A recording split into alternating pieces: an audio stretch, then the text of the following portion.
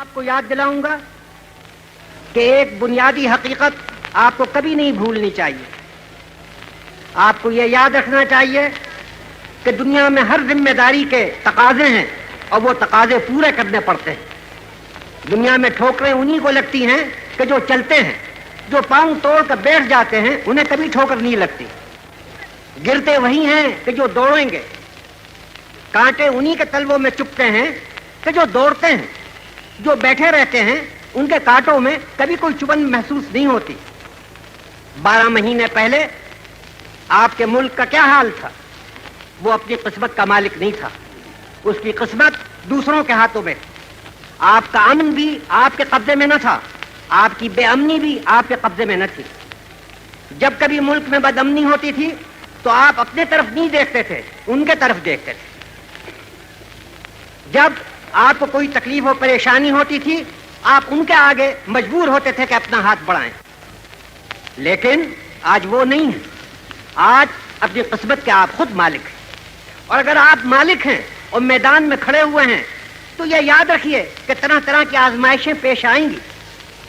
कोई भी नहीं चाहता कि अपने को आजमाइश में डाले, कोई भी नहीं चाहता कि गमों और दुखों में अपने को डाले। लेकिन अगर हमने जिम्मेदारी का बोझ उठाया है तो तरह तरह की परेशानियां हमें पेश आएंगी। अगर हम मैदान में दौड़ रहे हैं तो कदम कदम पर हमको ठोकरों से दो चार होना पड़ेगा। उससे हमें घबराना नहीं चाहिए, उससे हमें उकताना नहीं चाहिए।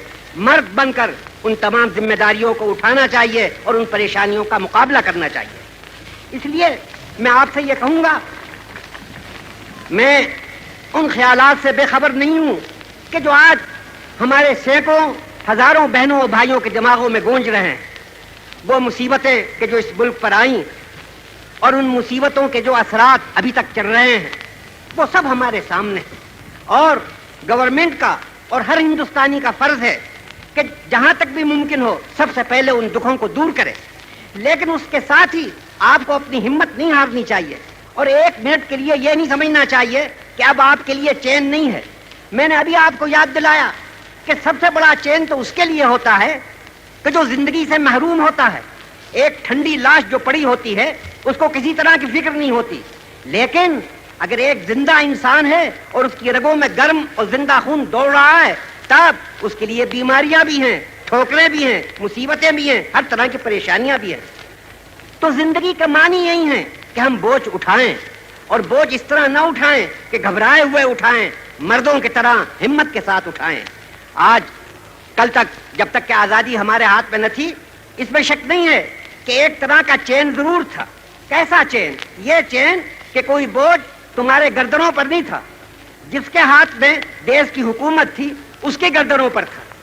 अगर बदअमनी होती थी तो तुम उसकी तरफ देखते थे। अगर अमन कायम होता था तो कुदरती तौर पर तुम्हारी आंखें उसी की तरफ उड़ जाती थी। ये एक तरह का चैन तो था, मगर मेरे बहनों और भाइयों ये एक मनहूस चैन था। खुदा न करे कि वो चैन फिर हिंदुस्तान के आसमान के नीचे वापस आए। ये चैन कि जो गुलामी का चैन होता है ये हकीकतन कोई चैन और राहत नहीं है। लेकिन अगर एक कौम आजाद है, एक मुल्क आजाद है तो उसको बोझ उठाने पड़ेंगे, आजमाइशों में कूदना पड़ेगा, फूलों की सेज पर से नहीं गुजरना पड़ेगा, कांटों पर दौड़ना पड़ेगा।